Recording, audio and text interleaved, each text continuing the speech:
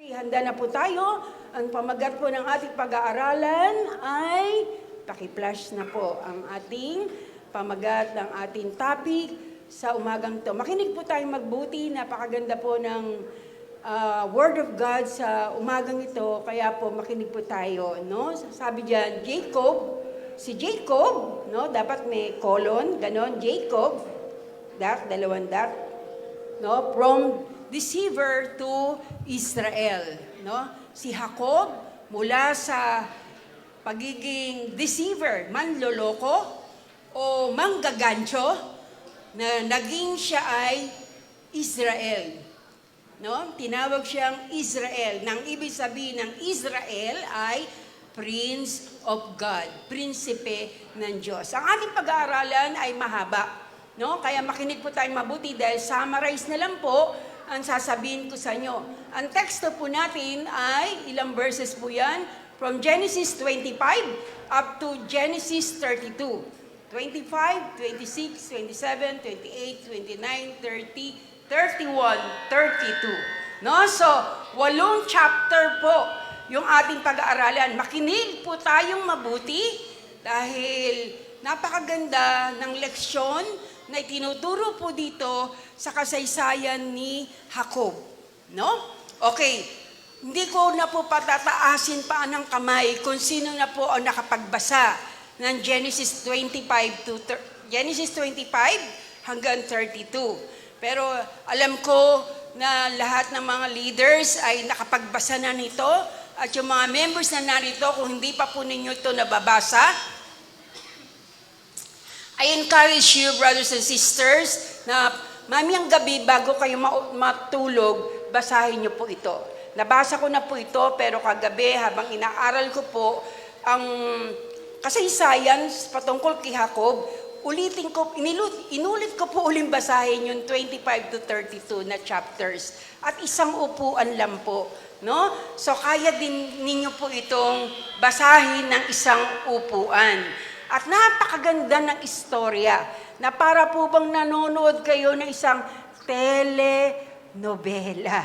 No?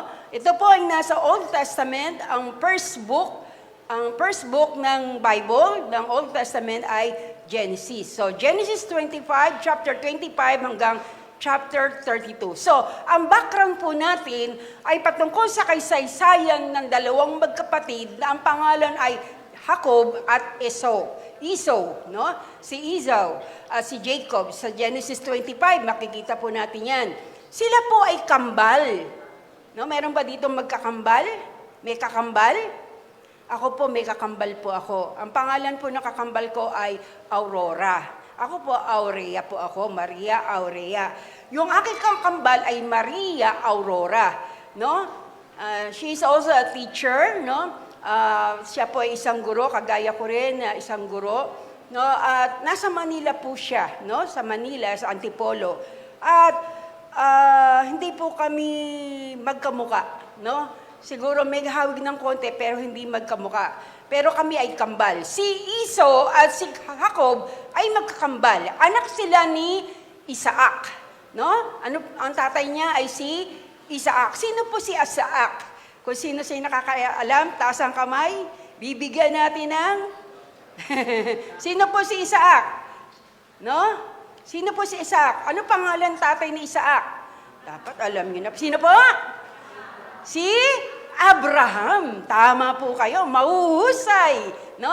So, si Abraham ay...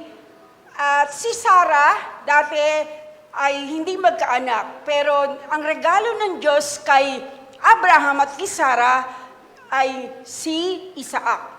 At nang si Isaac ay magkaasawa, na ang pangalan ng kanyang asawa ay si Rebecca. Kung una, hindi siya magkaanak. Mamaya maririnig niyo po yung kasaysayan, pero nagkaanak din siya at ang anak na ni Rebecca kay Isaac, ang pangalan ay Jacob at Esau. No? Sila ay kambal. Si Esau ang panganay, no? At si Jacob naman ang pangalawa. Pero bago pa lang sila ipanganak, sinabi ng Diyos kay Rebecca, ito, tandaan nyo to ha, bago pa lang sila ipanganak, excuse me, buntis pa lang po si Rebecca, sinabi sa kanya ng Diyos kay Rebecca, Genesis 25:23, the older will be served the younger. Ang matanda ang maglilingkod sa bata. So kailan? Hindi pa pinanganganak yung kambal, no? Si Esau at si Jacob, no? Ibig sabihin, ano ang ibig sabihin nito? Pinili ng Diyos si Jacob bago pa siya ipanganak.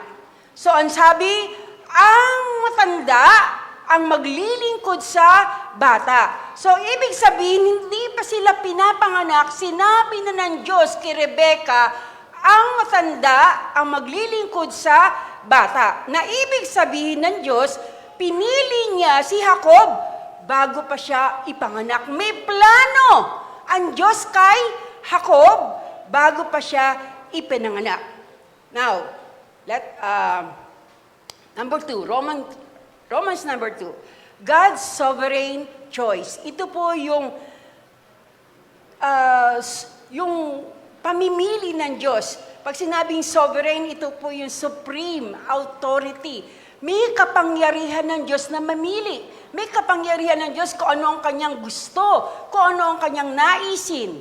Ang pinili niya at nagkaroon ng calling at nagkaroon ng destiny napakaganda ay hindi yung panganay, kundi yung bunso na si Jacob. No? So, ito po yung tinatawag na God's sovereign choice. Pinili niya kahit hindi karapat-dapat. Malalaman nyo, mamaya, makinig kayo mabuti, kung bakit hindi karapat-dapat sana si Jacob.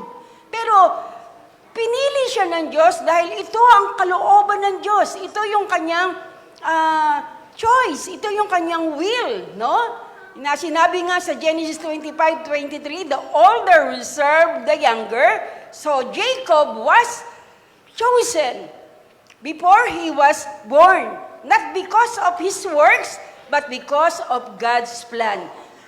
Pinili ng Diyos si Jacob, hindi dahil may ginawa na siyang tama. Hindi dahil may ginawa siyang mali. Kundi kaya pinili ng Diyos si Jacob dahil sa plano ng Diyos. So, anong lesson dito? Ito yung tinatawag na God's grace is not earned, no? Ito ay nangyari because of God's sovereignty, yung kanyang kapangyarihan, yung kanyang authority, yung kanyang absolute rule, ang dapat manguna, ang dapat mangyari, yung kanyang kalooban. Pinili talaga ng Diyos si Jacob, hindi binasihan ng Diyos yung gawa, dahil hindi pa siya pinapanganak, pinili na siya, no? Hindi base sa gawa, kundi sa kanyang layunin. Romans 9:10-13. Ano sabi sa Romans 9:13? In-explain dito ni Paul. Sabi sa Romans 9:10-13, before the twins were born or had done anything good or bad, she was told the older will serve the younger.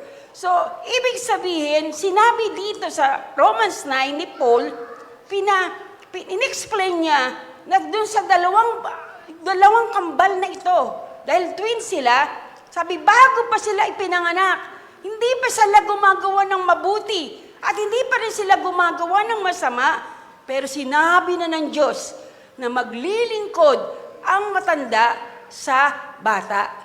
Noon, hindi ganun eh. Kaya yung mga tao noon, gustong-gusto nila maging panganay.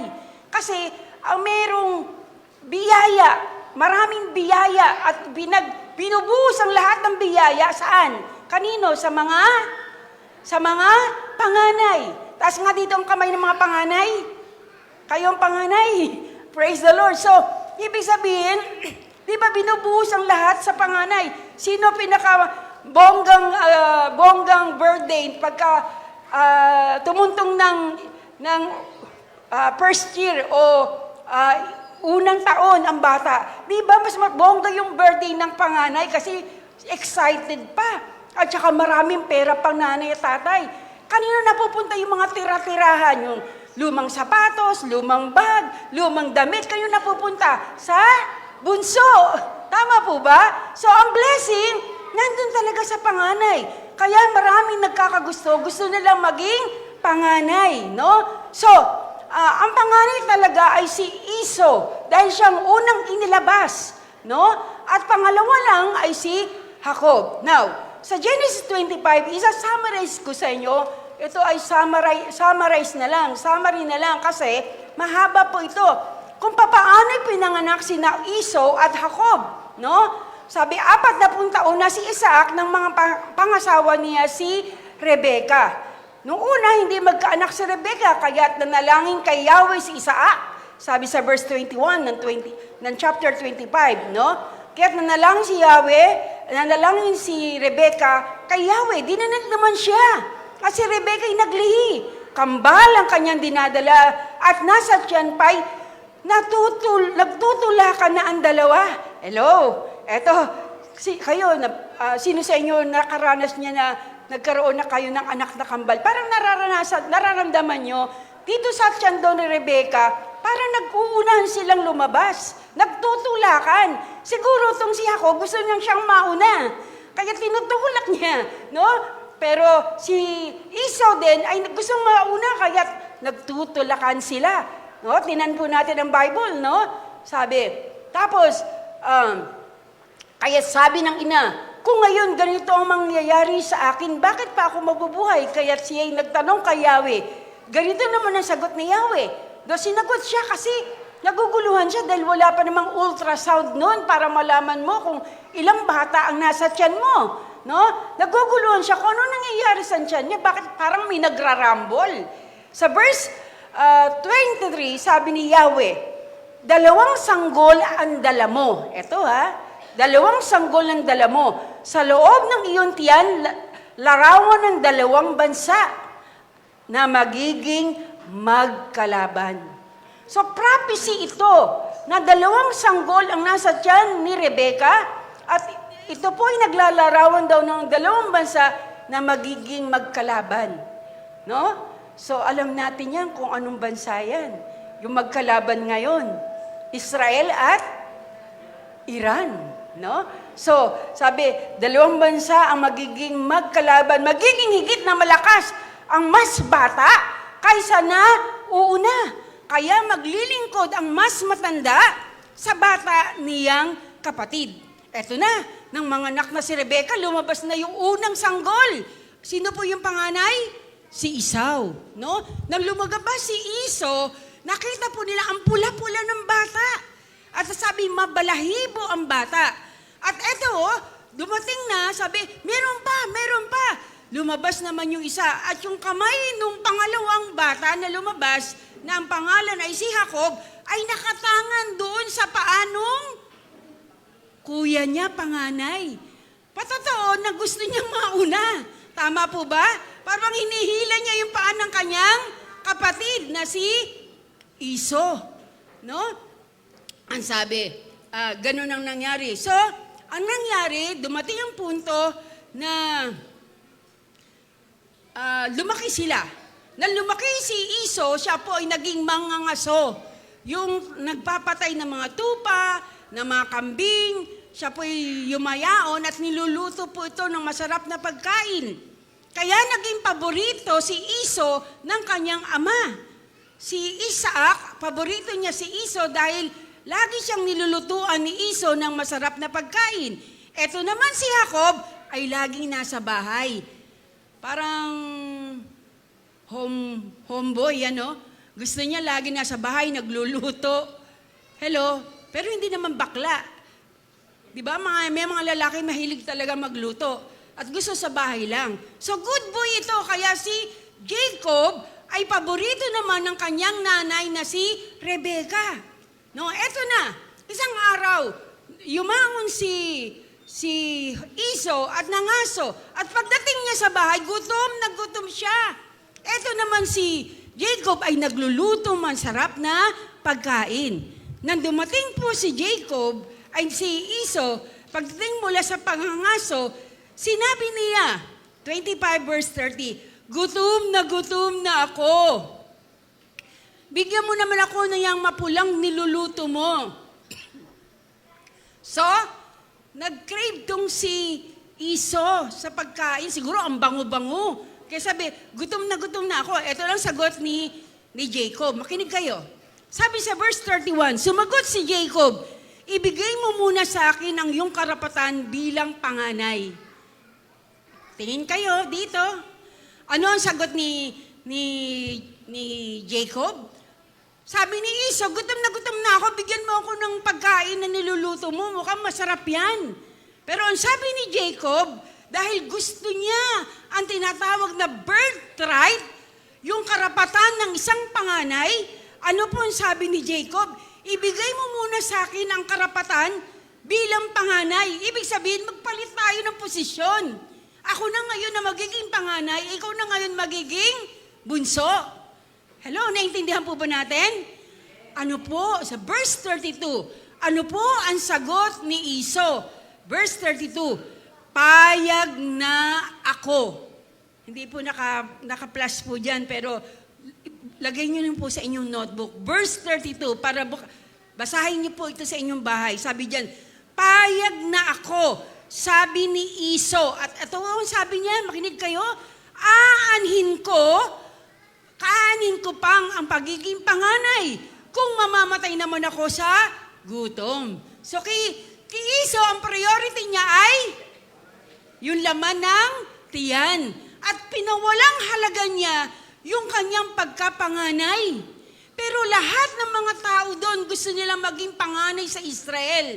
Dahil ang mga panganay tumatanggap ng mga basbas ng kanilang ama. So, dito sa verse 32, nakita natin kung paano pinawalang halaga ni Iso ang kanyang pagkapanganay. Hello, makinig tayo.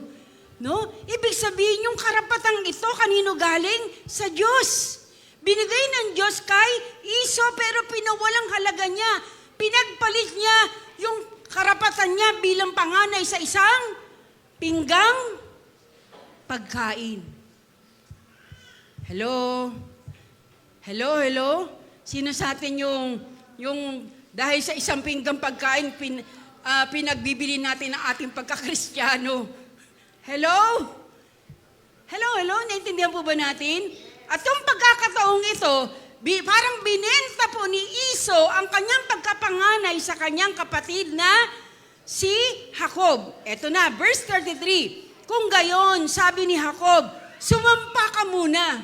Kaya talagang matalino tong si Jacob eh. Ang sabi niya, para bang maging totoo na sa akin na ang pagkapanganay, sumumpa ka muna. Hello? Anong sabi? Sumumpa ka muna. Sumumpa nga si Iso at ibinigay kay Jacob ang karapatan ng pagiging panganay. Parang akala niya laro-laro lang. Hello? Nakikinig tayo? No, ibig sabihin, kaya nga, hindi tayo dapat gumagawa ng gano'n na parang yung sinusumpa mo, totoo yung sumpa na gano'n, na pag sinabi mo, sabi nga sa Proverbs 18, there's power in our tongue. May kapangyarihan yung ating dila. Life and death are in the power of tongue. Sabi sa Kawikaan 18. At ang sabi ni Jacob, sumumpa ka muna. At sumumpa nga si Esau. At binigay kay Jacob ang karapatan ng pagiging panganay. Ibinigay naman ni Jacob kay Esau ang niluto niyang gulay at binigyan pa ito ng tinapay. Matapos kumain, uminom, umalis na agad si Esau. Iyong lamang ang halaga sa kanya ng karapatan bilang panganay. Hello. So anong ginawa ni Esau? Pagtapos kumain, uminom, umalis. At yun lang ang halaga sa kanya ng karapatan niya bilang panganay. Okay. So, ano nangyari? Number 3. Roman number 3. Jacob's deception. Ito na yung panlilinlang. Ito na yung pagsisinungaling. Ito na yung panggagancho na ginawa ni Jacob. Ito po ay pagsubok sa sariling paraan. Genesis 27, 1-29. Una, eto na. Pagkatapos nilang kumain, umalis na si Iso.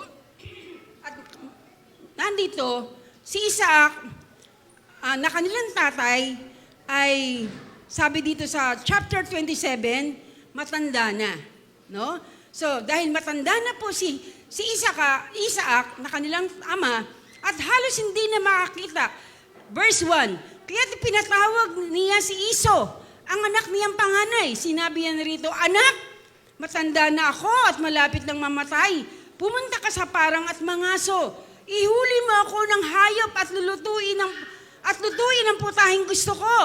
Pagkakain ko, igagawad ko sa iyo ang aking basbas bago ako mamatay. Listen, tingin kayo dito. Ito yung inaasam-asam ng bawat panganay na bago mamatay ang kanilang tatay, na sa kanila i-transfer yung biyaya, yung pagpapala, no? At yung kaparapatan bilang isang panganay. So sabi ni Isaac kay Iso, dahil paborito niya si Eso, at si Iso ay kanyang panganay na anak, sige, lumabas ka. Ipatay mo ako ng hayop at iluto mo, at pagtapos ng iluto, bigay mo sa akin, babasbasan kita. Nakikinig po ba tayo? No? So, ginawa ni Iso, lumabas siya.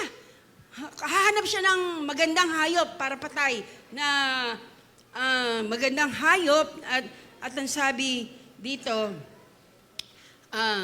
lulutuin niya. Pero pagkalabas ni Iso, alam niyo po nangyari, narinig ni Rebecca yung usapan ni Isaac at ni Iso. At siya'y nagsabi kay Jacob, eto na, babasbasan na ng ama mo ang iyong kapatid na si Iso. At pinagluluto siya ng masarap na pagkain. Halika, meron tayong matabang kambing doon sa likuran. No, kunin mo yun. Yung 2 kambing doon at iluluto ko para sa iyong ama. At ikaw ang lumapit sa iyong ama at sabihin mo na ikaw ay si Iso para yung basbas ay mapunta sa'yo. Nakikinig po ba tayo? Nakikinig po ba tayo? Okay, so, ito sa verse 9, kumuha ka agad ng 2 kambing, ngunit sumagot si Jacob sa verse 11. Sabi ni Jacob sa kanyang ina, balbon po si Iso, samantalang ako'y hindi. Malalaman ng aking ama na nilinlangin ko siya. Kapag ako'y kanyang nahipo, susumpain niya ako sa halip na basbasahan. Pero ang sabi ni Rebecca na kanyang nanay, sabi ni Rebecca, hayaan mong sa akin tumalab ang anuman sumpa sa iyo. Basta sumunod ka, anak, ako na ang bahala. Kumuha ka ng kambing. At kumuha nga si Jacob ng kambing at inuluto sa kanyang ina ang putahing gustong-gusto ng kanyang ama. Binihisan ni Rebecca si Jacob na pinakamagarang damit ni Iso na nakatabi sa bahay. Ang mga braso at leeg ni Jacob ay walang balahibo. Binalutan na niya ng balat ng kambing. Pagkatapos, pinadala sa anak ang putahe na may kasama pang tinapay na niluto rin niya. Ano ibig sabihin nito? Hello, nakikinig po ba tayo? So, ibig sabihin, nakikutsyaba. Parang nag-ano sila, nag-usap sila, gawin natin tong ganitong gawain. Yung pandaraya, nakisali pa tong nanay. Siya pa yung unong nagsabi, anak, hindi ka mabalahibo, hayaan mo, kunin mo yung mga balahibo ng kambing, ibabalot ko yun sa iyong kamay, at ilalagay ko sa iyong liig, at sa iyong mga pisngi. Para pag hinipo ka ng iyong ama, hindi ka magpagkakamalang si Jacob, kundi ikaw ay si Iso. Naunawaan po ba natin? So, ganun ang ginawa nila. Binalutan siya ng balat ng kambing ng kanyang nanay. Eto na, lumapit na siya, daladalay na liyutin na nanay, no, ni Rebecca. At sa verse 18, lumapit si Jacob kay Isaac, Ama, eto na, Ama, ano kaya? Yung boses kaya, di ba mahalata pag boses, hindi magagaya yung boses, no? Sino ka ba? Tanong nito. Ako po si Iso, sagot ni Jacob. Nagawa ko na po yung inuutos mo sa akin, narito na po ang gusto ninyong pagkain. Bumangon na kayo at kainin ninyo ito nang ako'y mabasbasan ninyo pagkatapos. Sabi ni Isaac, napakadali mo naman na nagawang manghuli, no? Tinanong, sabi ni Jacob, tinulungan po ako ni Yahweh na inyong Diyos, sagot ni Jacob. Nagtanong muli si Isaac kasi para bang si Isaac parang bakit boses ni Jacob, pero sabi, ikaw ba talaga si Esau? Sa verse 21, lumapit ka nga rito nang matiyak kong ikaw nga. So para bang kinakabahan tong si Isaac. Bakit parang kakaiba, hindi boses ni Esau, no? Kaya sabi, lumapit ka anak. Sa verse 22, lumapit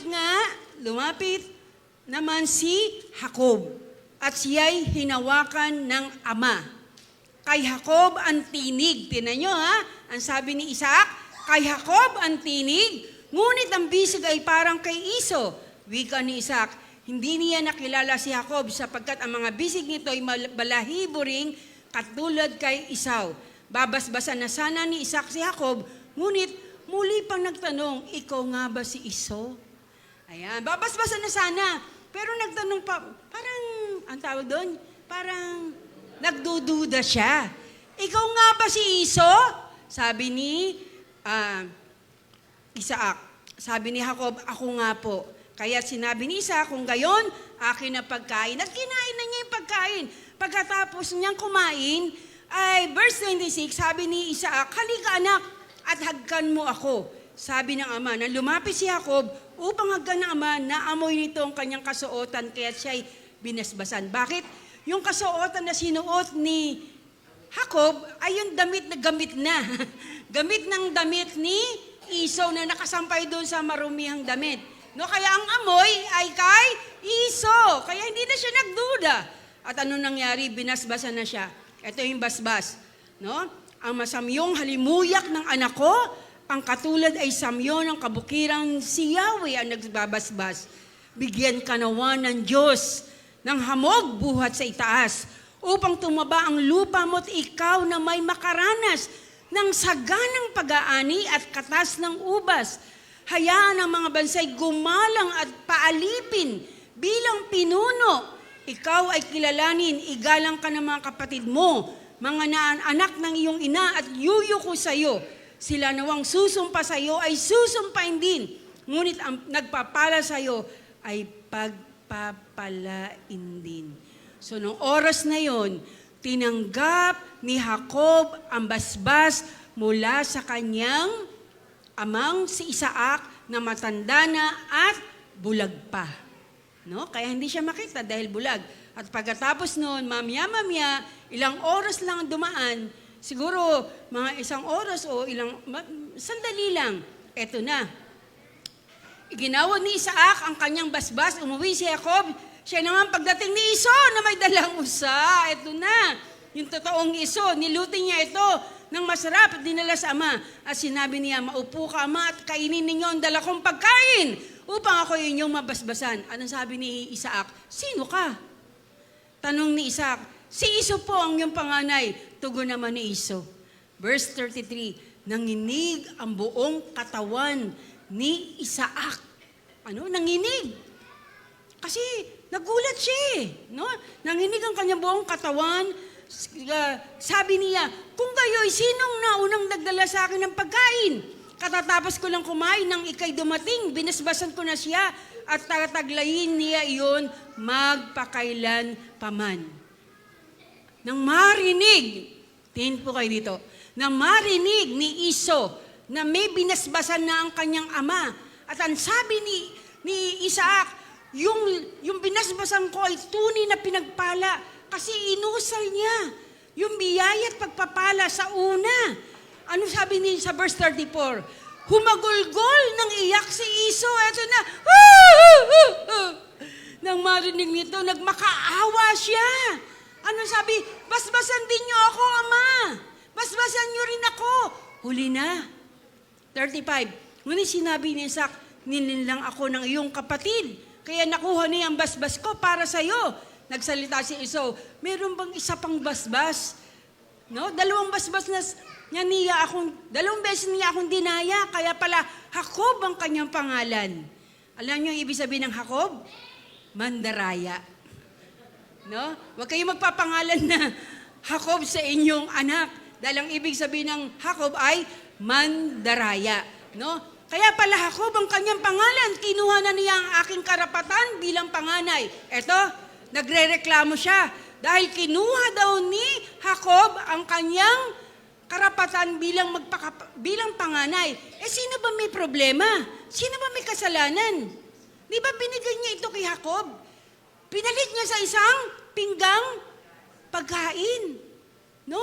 Kaya yung masisiba sa pagkain, napapahamak din minsan. Tama? No, pinagpalit yung kanyang pagkapanganay, tapos ngayon iiyak-iyak siya. Hindi sa tingin ko, parang, yung pandarayang ito, malinis na pandaraya Kasi hindi naman niya pinilit to kay Iso Kundi sabi niya, ipagpalit mo sa akin, di ba? Parang marunong lang dahil ito, si Jacob, may desire talaga siya yung karapatan maging panganay para yung basbas ay makuha niya. No? Sabi, ngayon, inago naman niya pati ang basbas ukol sa akin. Pero ang sabi ni Isaac, wala na akong magagawa, anak. Siya ay Panginoon mo na ngayon. Ginawa ko ng alipin niya ang kanyang mga kamag-anak.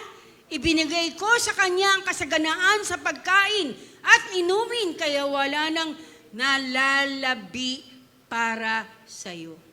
Wala na. Dahil winalang bahala niya yung birthright niya. No? So, sa Genesis 27, nakita natin dito na nagsinungaling ng gancho. No? Itong nandaya, itong si Jacob. No? Nakiisa siya sa kanyang nanay na nagsabi, na sige, gawin natin to.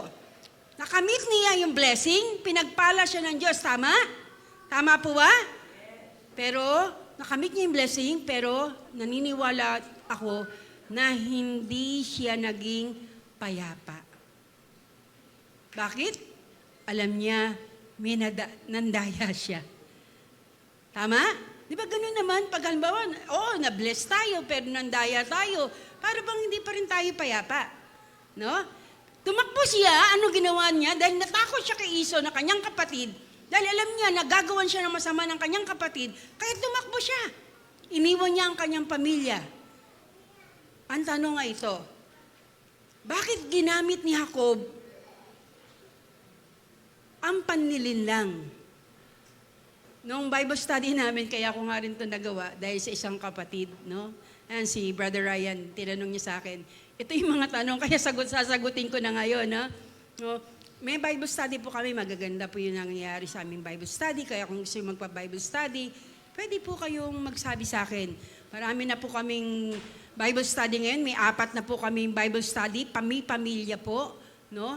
Nauna po muna sa katulinan. No? Bakit ginamit ni Jacob ang panlilinlang o deception? Sa Genesis 27, matanda na si Isaac at malabo ng mata. Gusto niyang ibigay ang basbas kay Iso, no? Pero dahil si Iso ang panganay, dapat siya ang babasbasan. Pero ang birthright o karapatan bilang panganay ay pinawalang halaga niya. Para bang basura lang, sige, sa'yo na yan. Akin na yung isang pinggang pagkain mo, no? Pero ang sabi, napakahalaga ng tinatawag na birthright. Yung mga panganay dito, kayo mga panganay, ang Diyos ang nagbigay sa inyo bilang isang panganay. Tama? No? Sabi, tandaan po natin na ginamit niya yung deception na ito, yung panloloko na ito, kasi alam niya na napakahalaga ng birthright No? Pero tandaan po natin, maunawaan nyo. No? So pero ang tanong ay ito, bakit siya pa rin ang pinagpala ng Diyos? Bakit niloob ng Diyos na siya ang mabless? Nandaya siya. Tama? Hello?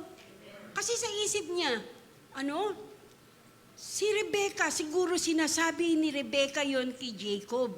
Yung prophecy, nung hindi pa sila pinapanganak, na sinabi ni Rebecca, anak, sinabi sa akin ng Diyos, Genesis 25, verse 23, the older will serve the younger. So, ibig sabihin, pinili ng Diyos si Jacob, hindi pa siya pinanganganak. Sabi nga sa Romans 9, wala siya pa siyang ginagawang masama at wala pa siyang ginagawang mabuti. Pero pinili na siya ng Diyos. Tama? Bakit nangyari to kahit nagkasala siya? Kahit nanloko siya, nandaya siya? Dahil sa sovereign will ng Lord. May kapangyarihan ng Diyos na mamili. At pinili niya si Jacob na basbasan kaysa sa kanyang over his brother Esau. No? Sabi Romans 9:10-13, before the twins were born or had done anything good or bad, she was told the older will be served the younger. No? Pinili talaga ng Diyos si Jacob, hindi base sa gawa, kundi ang binasihan ng Diyos ay yung kanyang plano o layunin. Tama? So, ito ay hindi reward. Hindi ito reward ng kanyang pagsisinungaling o kasinungalingan. Bakit siyang bilis? Nagsinungaling na nga, bilis pa. Hindi yun ang binabasihan ng Diyos, kundi patunay. Ang biyaya ng Diyos ay hindi nakadepende sa tao, kundi sa kanyang plano. At we never question the plan of God, na lagi pa rin kalooban ng Diyos ang manaig. Pero hindi naman ibig sabihin na magsinungaling ka na talaga, no? Para lang makuha ang pagpapala ng Diyos, no? Pero ito, hindi niya sinasadya, talagang nagipit lang siya, no? Dahil alam niya binenta na niya ni Jacob yung pagkapanganay sa kanya. Alam niya na siyang karapat dapat na basbasan ng kanyang ama. Dahil binenta na nga ni Esau yung pagkapanganay sa kanya. Sa tingin ko, ito ay malinis na deception. Parang ganon. Naunawaan niyo ako? Parang wala namang, parang ganon, ano? Siguro naintindihan niyo ibig ko sabihin. No? So, dahil may layunin Diyos kay Jacob, siya ang binasbasan at pinayagan ng Diyos na pagpalain. No, kaya wag tayo magsasabi, ba't sila pinagpapala ng Diyos? Mas mabait naman ako kaysa sa kanila. Ba't sila binibigyan ng biyahe ng Panginoon? Mas banal naman ako kaysa sa kanila. No, never. Never question God. May sariling plano ang Panginoon. Tama? Amen po ba? Amen po ba? Amen. Sige po. Now, ito naman po, dito naman tayo sa number 4. Romans number 4, God's discipline and grace. Pero tandaan po natin, kahit nagkamali, kahit na nanggoyo, kahit nanlinlang si Jacob, dinisiplina pa rin siya ng Diyos. At makikita natin dito yung biyaya ng Panginoon. Genesis 28:12-15. Genesis 28:12-15. Verse 12. Nang gabing iyon, siya'y nanaginip. Ito yung pakikipag-usap ng Diyos kay Jacob. Dahil nagkamali na nga siya. Anong ginawa niya? Tumakas siya kasi lagot siya kay Jacob, kay Esau Papatayin siya ng kanyang kapatid na si Esau. Bakit mo inagaw yung pagkapanganay? No? Nang gabing iyon, siya nanaginip. At narito, ang isang hagdan, ito na lang babasahin natin, na puno ng nasa lupa at ang dulo ay umaabot sa langit. At narito ang mga anghel ng Diyos na namamanhik, manaog doon. Tingnan nyo, no? Verse 13. Walang ano-ano'y nakita niya si Yahweh. Verse 13. Ang Panginoon ay nasa kataas-taasan niyaon. At nagsabi, ano sabi ng Panginoon sa kanya? 1, 2, 3, basahin natin. 1, 2, 3. Ako ang Panginoon, ang Diyos ni Abraham, na iyong ama, at ang Diyos ni Isaac. Ang lupang kinahigaan mo ay binigay ko sa iyo at sa iyong binhi. Kasi tumakas siya Di siya wala siyang bahay ngayon. Pero ang sabi ng Diyos sa kanya, nagpakita sa kanya ang Panginoon, ang sabi, yang lupang to, sa'yo na yan. Kaya, maraming lupain ang binigay sa kanya. Verse 14. Ito, at ang iyong binhi ay magiging parang alabok sa lupa at kakalat ka sa kanlunuran at sa silangan at sa hilagaan at sa timugan at sa iyo at sa iyong bini ay pagpapalain ang lahat ng angkan ng lupa. Ano naalala nyo sa verse na yan? Ano naalala nyo? Yung pangako ng Diyos kay Abraham. Di ba tatay niya si Abraham? Patay na si Abraham, isinalin ng Diyos yung pangako niya kay Abraham, kay Isaac, no? Tapos isinalin naman kay Jacob, na kanyang, yun yung ano nila, no? From Abraham to Isaac to Jacob. Sabi sa verse 15, ito maganda sa verse 15 sa Magandang Balita Biblia, tandaan mo, susubaybayan kita at ipagtatanggol ka man saan ka man pumunta at ibabalik kita sa lupain ito. Hindi kita iiwan sa matupad ang lahat ng sinabi ko sa iyo. So pinangako din ng Diyos kay Jacob na sa pamagitan niya darami ang binhi nila sa balat ng lupa. So ano nangyari? So, ano naging discipline? Ito na, no? Si Jacob ay dahil siya'y naging lagalag, naalala niya yung kanyang tiyo na ang pangalan ay Laban. Sabihin natin lahat, Laban. Ulitin ba natin, Laban. So, si Jacob ay nag-spend ng 20 years kay Laban. Sino po si Laban? Si Laban po ay kapatid ng kanyang ina na si Rebecca. So si Laban ay kanyang tiyuhin. Tama po ba? Tama? No? Tama po ba? At isang araw, alam natin na nandun siya, naalala niya yung sabi ng kanyang ama na huwag kang mag-aasawa sa mga Kananeya, ibig sabihin tagalupa. Kaya doon siya pinapunta sa lugar nila Laban dahil doon siya pinaghahanap ng mapapangasawa. At nang naroon siya sa balon, nakita niya si Rebecca. No, kaya maganda yung love story na ito, no? Si Rebecca. At nangyari, hiningi niya si Rebecca kay Laban na kanyang tiyuhin para maging asawa. At ang sabi sa Genesis 29 verse 18, nabighani si Jacob kay Rachel.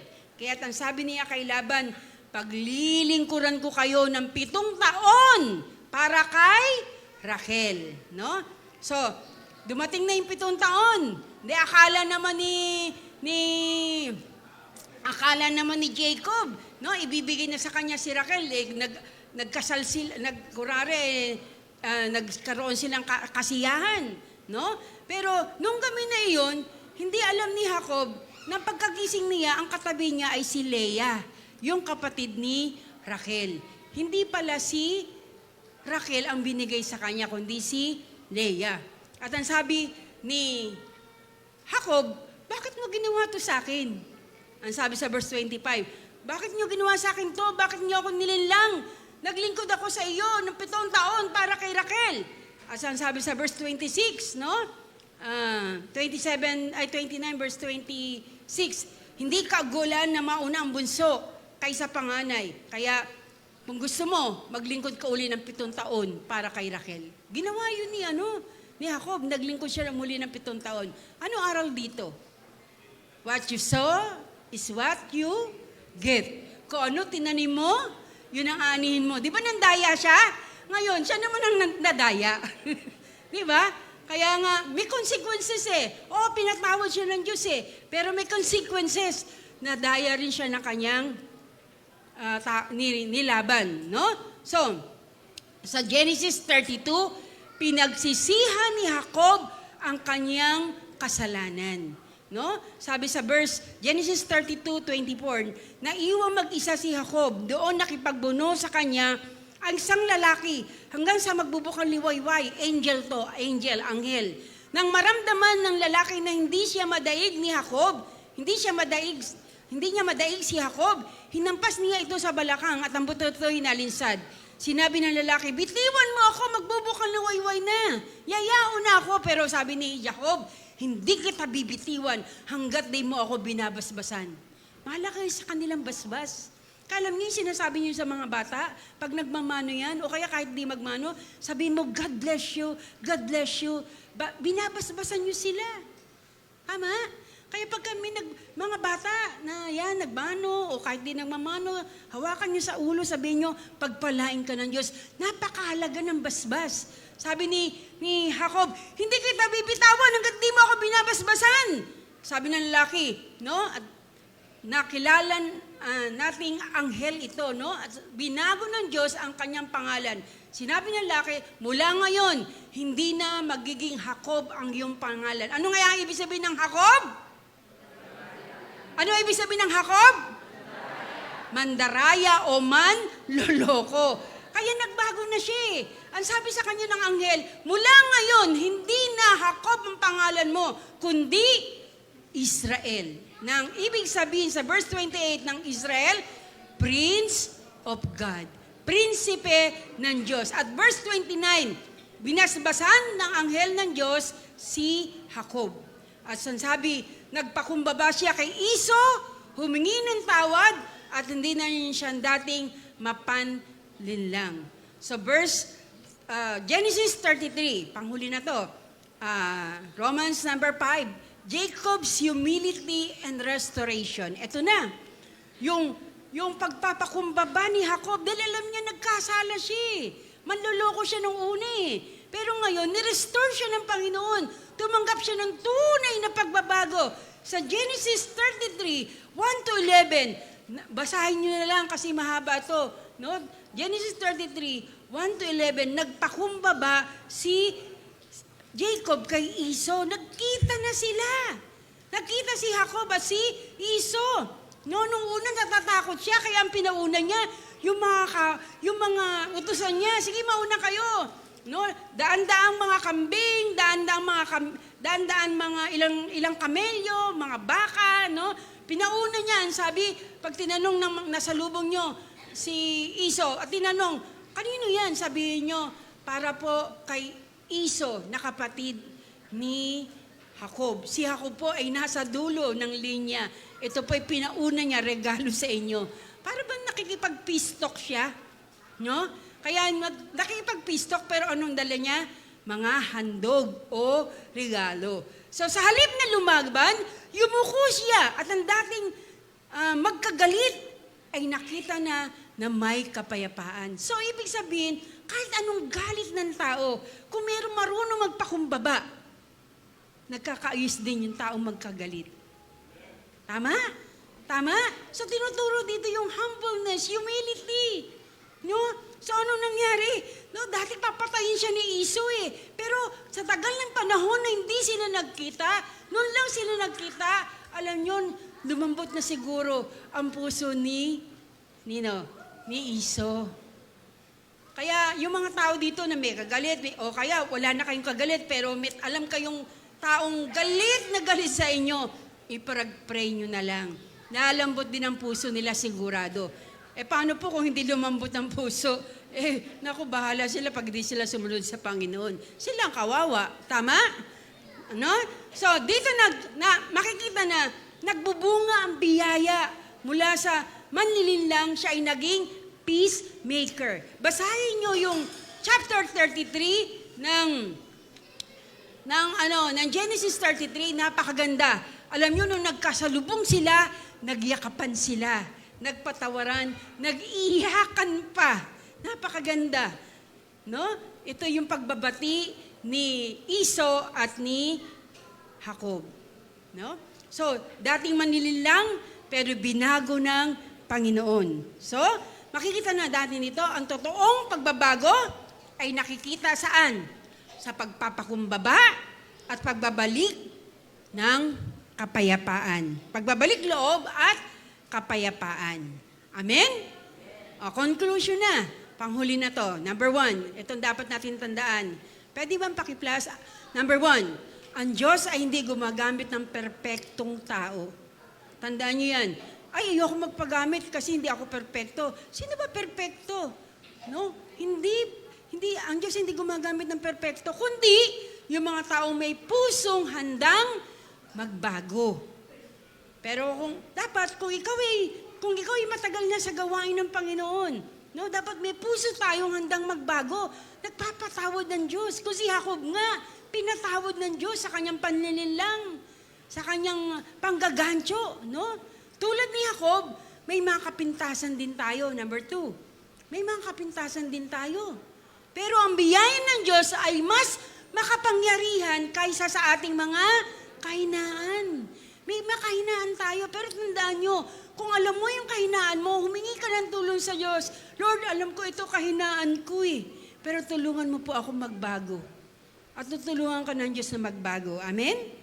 Pangatlo, kung binago ni Kristo si Jacob, kaya ka rin baguhin ng Panginoon.